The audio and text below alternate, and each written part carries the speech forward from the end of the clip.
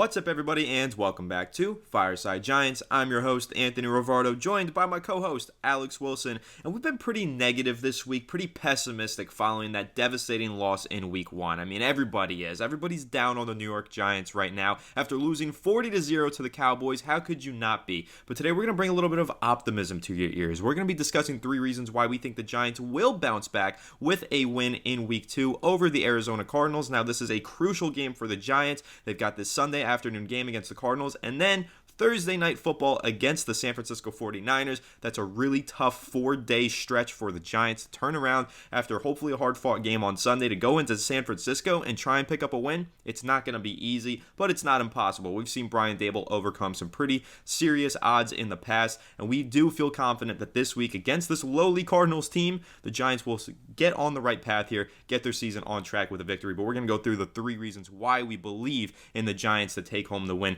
this week. But before we dive into all that, make sure to leave a like if you do enjoy this episode. Subscribe to the channel if you are new. Ring the bell so you don't miss an episode, and comment your thoughts on the topic down below in the comment section. If you're listening on Apple or Spotify, please make sure to leave us a 5-star review, and go ahead and follow us on all of our social media channels at Fireside Giants. Without further ado, Alex, how are you doing today, my friend? And how are you feeling about the Giants as they seek this bounce back win in Week 2? Well, I'll tell you what, if the Giants play anywhere as close to the wave you have in the front of your head right now, which is pitch perfect, we're going to be winning football games this weekend, boys. I'll tell you what, the Giants right now have nothing to lose, right? Their backs are against the wall. Everybody thinks they're a freaking joke. Everybody thinks that they're an embarrassment. They just got blown out in Week 1. They're not ready. They're not capable of winning football games. This is their chance to answer back and say, we already forgot about that. You know, I was reading an article this morning, Shea Tierney, quarterback's coach, said that Daniel Jones, what makes him so interesting is that he forgets what happened the week before. Like, he is on to the next week already. He doesn't even remember what happened in Week 1 against Dallas. And, you know, some short-term amnesia definitely probably is good for this Giants team right now. They need to be forgetting about what just happened to them. But, you know, let me get something straight, though. They got to learn from what happened to them, take that knowledge, and then apply it to Week 2, and forget about everything else. You know, you can't be thinking about what happened last week when you're trying to win a football game this week. And the Arizona Cardinals are not even close to as good as the Cowboys. We should beat the Cardinals. However, NFL's a week-to-week game. I'm not going to write off the Cardinals. We could definitely lose to the Cardinals, guys. Like, it's possible, believe me. But I'll tell you what right now, the Giants have enough talent. We have the coaching staff. We are a good enough team to beat them, and it not even be a question. It shouldn't even be close. Now, a lot of people have been referencing the 6 sacks that Arizona had against Sam Howell last week. Let me give you some context into that. Sam Howell was sacked 6 times, but he also had the most time in the pocket of any quarterback in the NFL last week at 3 seconds, more than anybody else by a significant margin. He was just running around, getting sacked. He was running into freaking players. Like, the Giants should not have that problem. They should be getting the football out quick, going downfield. Daniel Jones is much better than Sam Howell. This offense should look like a whole different beast this week. Now, Andrew Thomas is a game-time decision. I don't think he's going to play, so we're probably looking at Josh Ezeudu at left tackle or Matt Parrott at left tackle.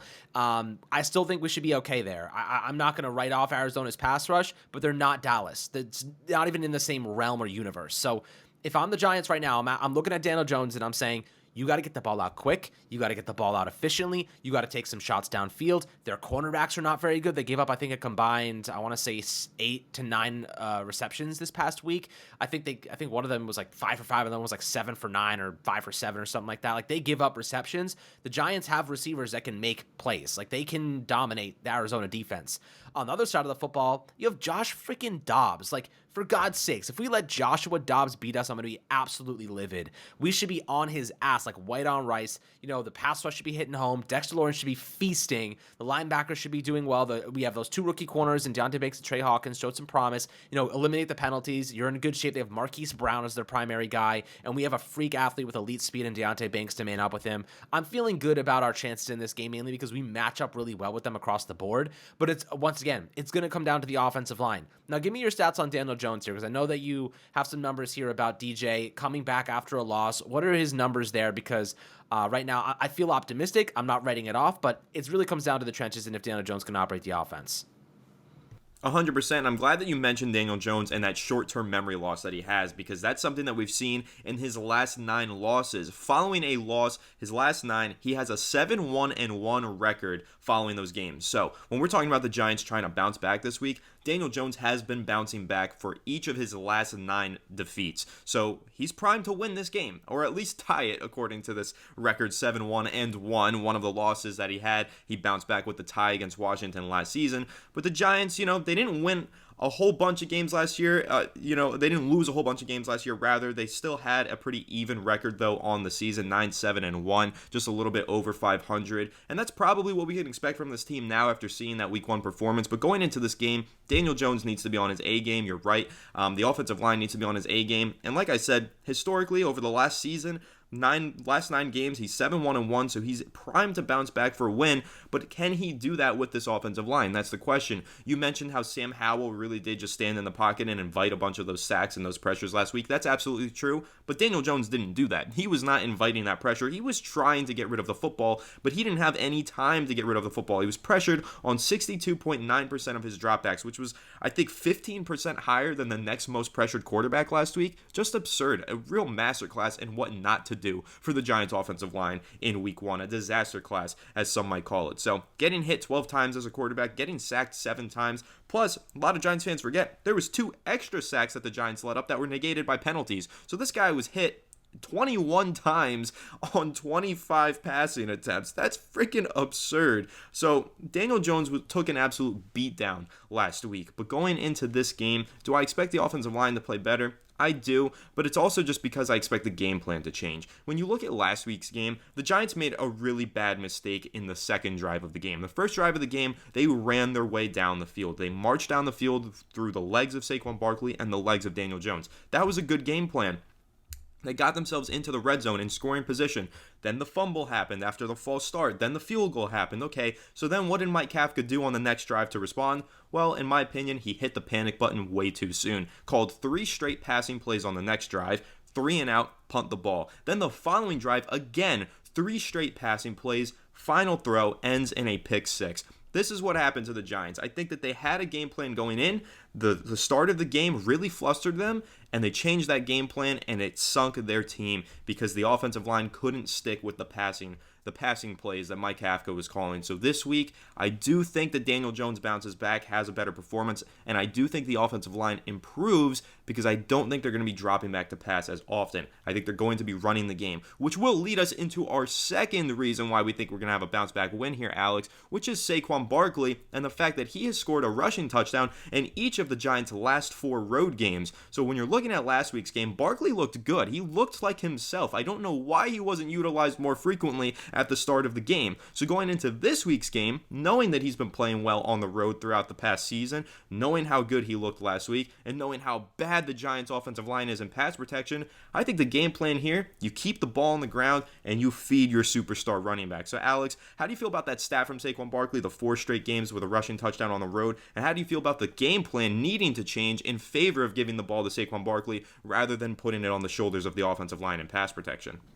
You want to know something? This is actually like exactly what I was hoping to avoid this year, having to lean on Saquon Barkley even further, because that's been our offense. You know what I mean? And this is how I envision the Giants. And like you kind of said this, they abandoned the game plan early on. Like they set the tone with the run, and that's not a bad thing, right? Like you how many teams do we see do that this week? You saw the Jets do it. You saw the Eagles do it against Minnesota. They completely dominated with their run game, and the Giants have a good run blocking offensive line. The fact that they abandoned it so early was what really confused me. But I think that you had a point there when you said they got flustered, they got freaked, and they tried to compensate and overcompensate for that matter. So when I'm looking at this offense right now, here's what I want to do. I want to run it through Saquon and Darren Waller, but I really want Darren Waller to be the guy that's taking attention away in the passing game, because he has so much of an aura about him that he is going to draw eyes to him at all times.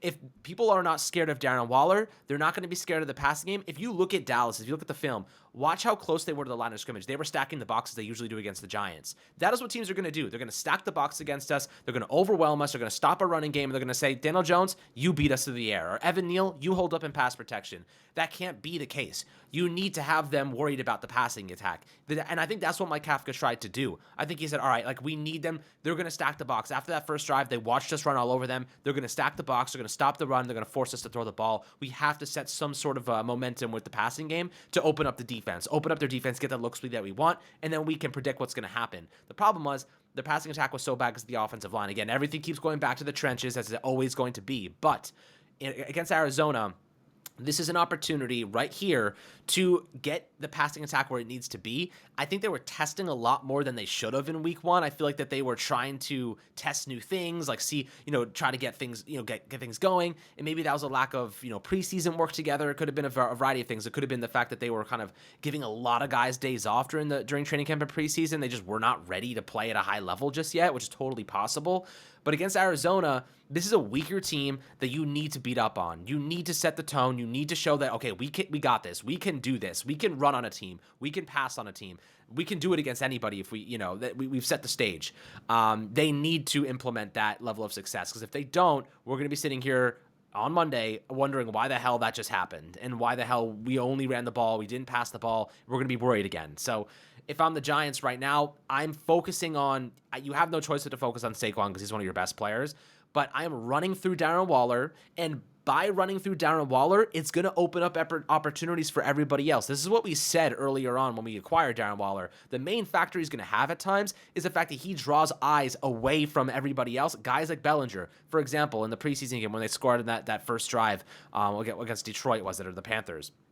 We marched down the field, and what happened? They followed Darren Waller into the end zone, and Daniel Bellinger was left wide open. That's what he does for people. He's going to allow you to spread the ball out. If you have a safety looking at Darren Waller because he just got 2 straight receptions and he's marching down the field and they're feeding him, suddenly that guy is going to be a little out of focus, and suddenly Jalen Hyatt or Darius Slayton are wide open downfield, and you have an opportunity to take a deep throw. So, what I'm trying to say is you got to exercise Darren Waller's capabilities. I think they were taking him a little bit easier because of the injury, but he has no injury designation this week. You got to unlock him, man. You got to attack him through the passing game, set the stage early with that, set the tone early, but also apply that running game, because then you open up the play action, then you have your full offense. I think last week what happened was their pass rush was just too good for our offensive line. And I think that's a liability that is going to probably pop up a lot this season again. If the Giants do not fix their offensive line, they're not going to be a good team. Like that, I think that's been the case for a long time. You see good teams with good offensive lines, they're dominant. You know what I mean?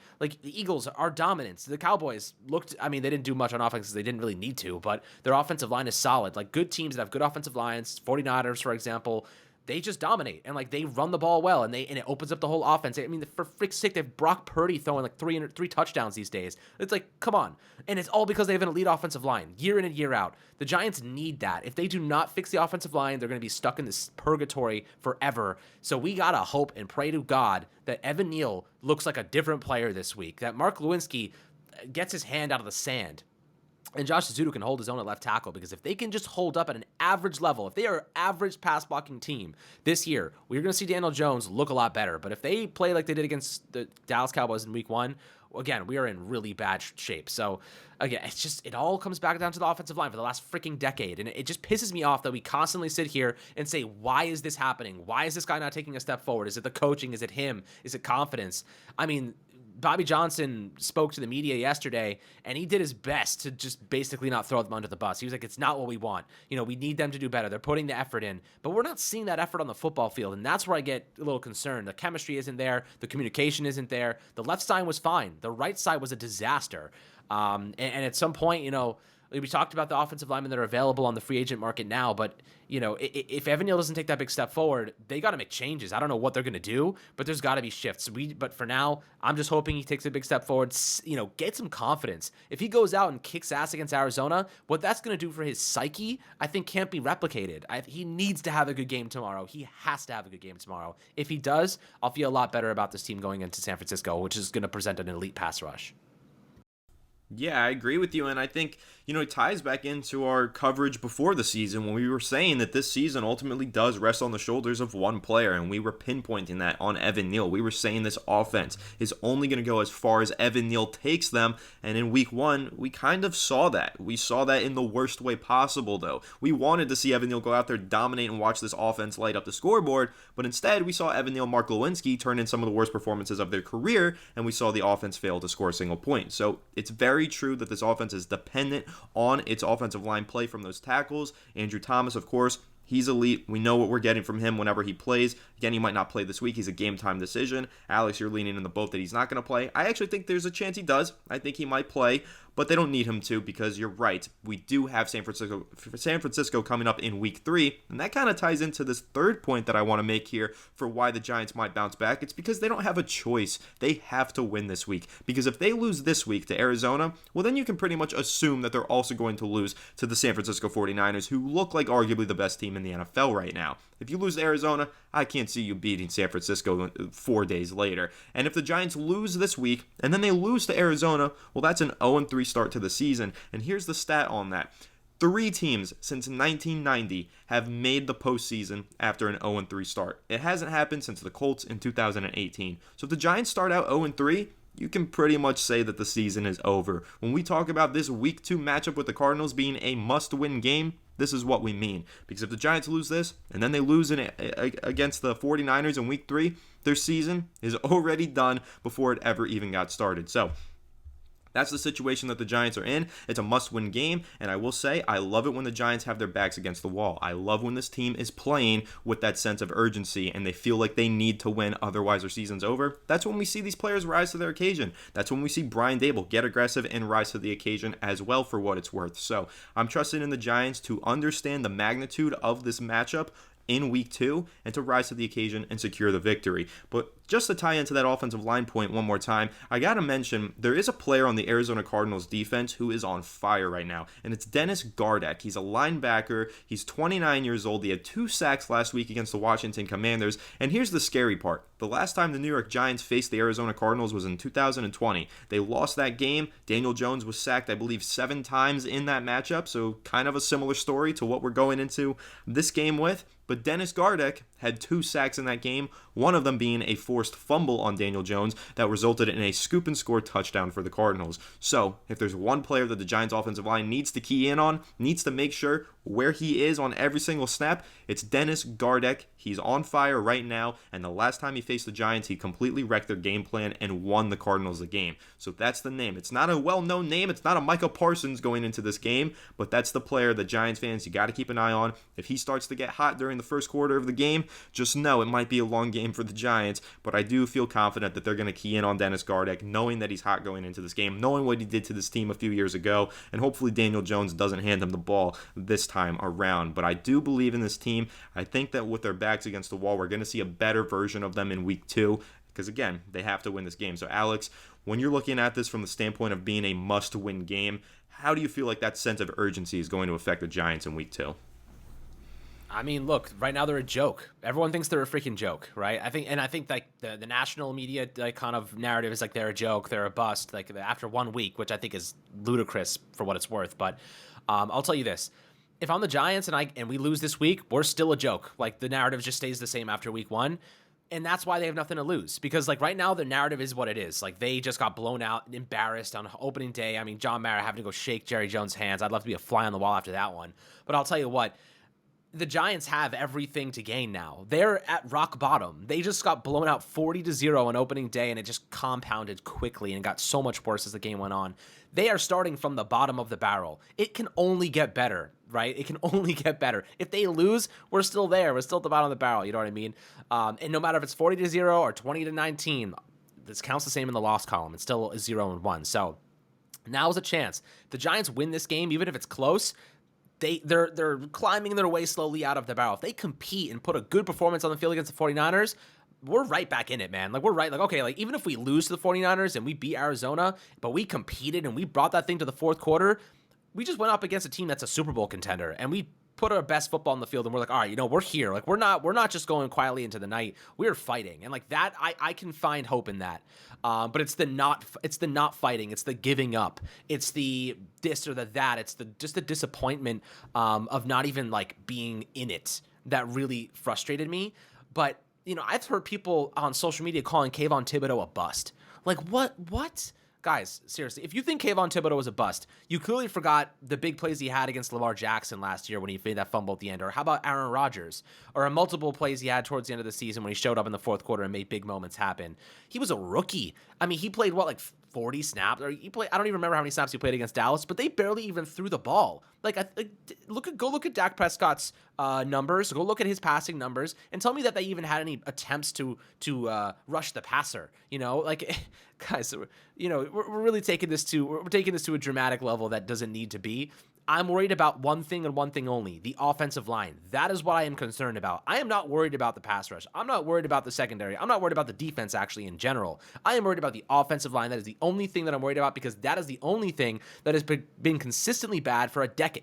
And Evan Neal, coming off a bad season, I feel as though right now, he has something to prove. He is at the bottom of the barrel. Him and Glowinski, there's nowhere to go. Their backs are against the wall. They can only fight their way out. We're going to see the mental fortitude of those two players right now. They've got to show that they're mentally capable, because we know they're physically capable. We've seen Glowinski perform well with the Colts. We've seen Evan Neal have a couple of good games last year. We saw what he did at Alabama. He looked like a different player than he does now. So I'll ask you guys this.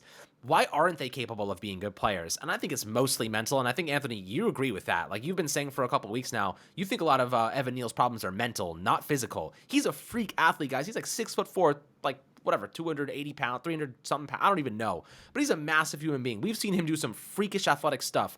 Why is he not capable of doing that in game? And it has to be mental. He's overthinking it. It's not instinctive anymore. He's trying to think his way into performing well. And when you're a good player, if you ever played sports, sometimes those things, you make a good play, playing soccer, maybe score a good goal, something like that.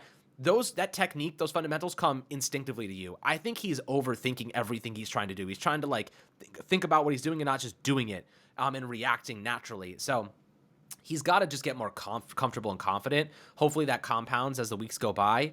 But right now, everyone's looking at Evan Neal, and I think he's feeling that pressure ultimately. I think he's feeling like it's all on his shoulders, and then maybe that's a little bit too much for him. Maybe he's just not capable of handling that type of pressure. It's totally possible. But the Giants, now in the gutter, everyone thinks they're a joke. Nobody really cares. Everyone's looking at the whole team to get better. So, Evan Neal, this is your chance to step up and make some good plays happen. And ultimately, the Giants got nothing to lose. They got to go balls to the wall. They got to put all 100% effort in. They got to be mean. They got to be old Giants football. They got to kick some ass this week, because that's the only way they're going to get back in the good graces of the fans, and especially the national media attention. 1,000%. I want to touch on your Kayvon Thibodeau point there as well.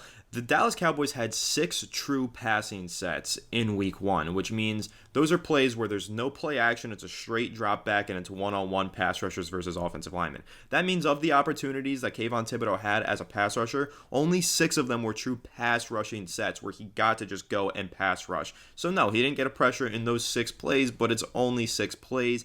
Dallas had the lead from the start. They ran with the lead. They protected the ball. They played it very careful. They didn't put their quarterback in any position where he could get sacked or throw an interception. And that's ultimately what you saw in that game. I can't blame this one on Kayvon Thibodeau. Would I like to have seen him get a pressure, get a sack? Of course, but he didn't have many opportunities. This week, against Joshua Dobbs and this really bad Arizona Cardinals offensive line, if he has 0 pressures this week, then you guys can start to criticize Kayvon Thibodeau. But I do think it's too soon after 1 week. Who we should be criticizing, if you're going to put the bust label on anybody, it is Evan Neal. And I will also respond to your point about it being mental with Evan Neal. I think it's mental in 2 ways. 1, confidence. He has a severe lack of confidence. He always has throughout the entirety of his rookie season. And going after this game, I know that his confidence is a little bit shaken. You could see it very early on in week 1 that he was shooken up.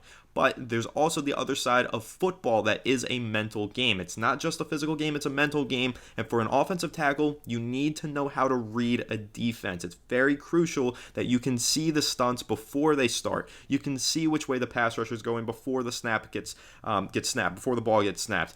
Evan Neal has been struggling with those things since his rookie season, with reading the defensive end, with seeing the stunts. And that's the kind of stuff that's going to hold him back until he fixes it. It doesn't matter how strong he is, how big he is, how well he anchors, how quick his feet are, until he starts reading these defensive ends and reading these stunts. Because they're just going to keep surprising him, and they're going to keep getting in the face of Daniel Jones. But again, I want to be positive in this episode. I want to be optimistic because I think there's a lot of reasons to think that the Giants are going to win this game. The 3 that we mentioned, they have to win. Okay, Saquon Barkley is primed for a big bounce back. Daniel Jones does well following losses. I expect him to have a good, clean football game. No turnovers. That's what we need from Daniel Jones. but it all does rest on the shoulders of the offensive line. So we'll see what kind of preparation they did this week. I think that it's going to be a ground-heavy game plan from the Giants offense, and I don't mind that. I think we'll see a lot of Daniel Jones, quarterback-designed runs. I think we'll see Saquon Barkley hopefully turn in a dominant performance against just a bad Arizona Cardinals defense. Like, this is not a good team. This is a game that the Giants, weeks ago we were saying, if we can win in week 1, we should absolutely win in week 2 and start the season off 2-0. Now we're talking about what happens if the Giants start the season off 0-2.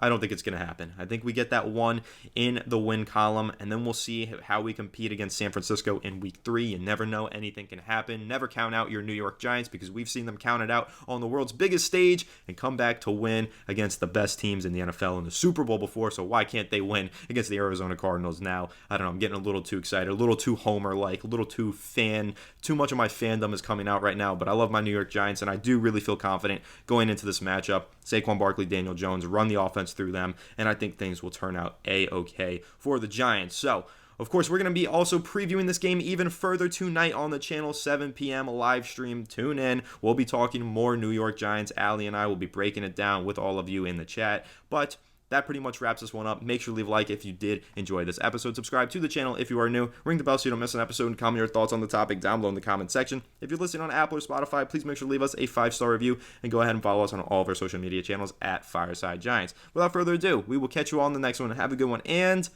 let's go Giants.